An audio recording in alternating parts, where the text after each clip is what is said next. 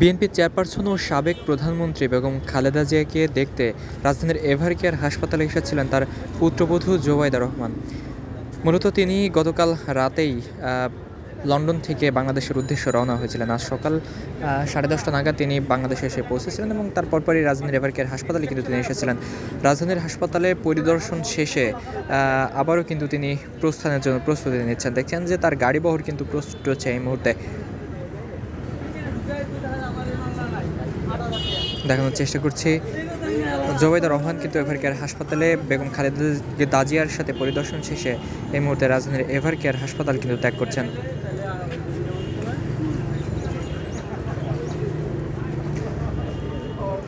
দেখছেন গাড়িবহর নিয়ে জোবাইদা রহমান কিন্তু রাজধানীর এভারকেয়ার হাসপাতাল ছেড়ে যাচ্ছেন। মূলত ধানমন্ডির 4 নম্বরে যে জোবাইদা রহমানের মায়ের বাসা রয়েছে, এখান থেকে তিনি কিন্তু সেখানে যাবেন। গতকাল রাতে জোবাইদা রহমান বাংলাদেশের উদ্দেশ্যে এসেছিলেন। মূলত তিনি এসেছিলেন বেগম খালেদা জিয়াকে নিয়ে আবার কিন্তু লন্ডনে চলে যাওয়ার উদ্দেশ্যে। তবে বিমানের যান্ত্রিক ত্রুটি থাকার কারণে, এয়ার অ্যাম্বুলেন্সের যান্ত্রিক ত্রুটি থাকার কারণে তিনি কিন্তু আজ বাংলাদেশ ছেড়ে যাচ্ছে না এবং বেগম খালেদা জিয়াও কিন্তু বাংলাদেশ ছেড়ে যাচ্ছে না। আগামী 7 তারিখে কিন্তু বেগম খালেদা জিয়াকে লন্ডন নিয়ে যাওয়ার জন্য বলা হয়েছে। যদি সব কিছু ঠিক থাকে তাহলে আগামী 7 তারিখে বেগম খালেদা জিয়াকে লন্ডন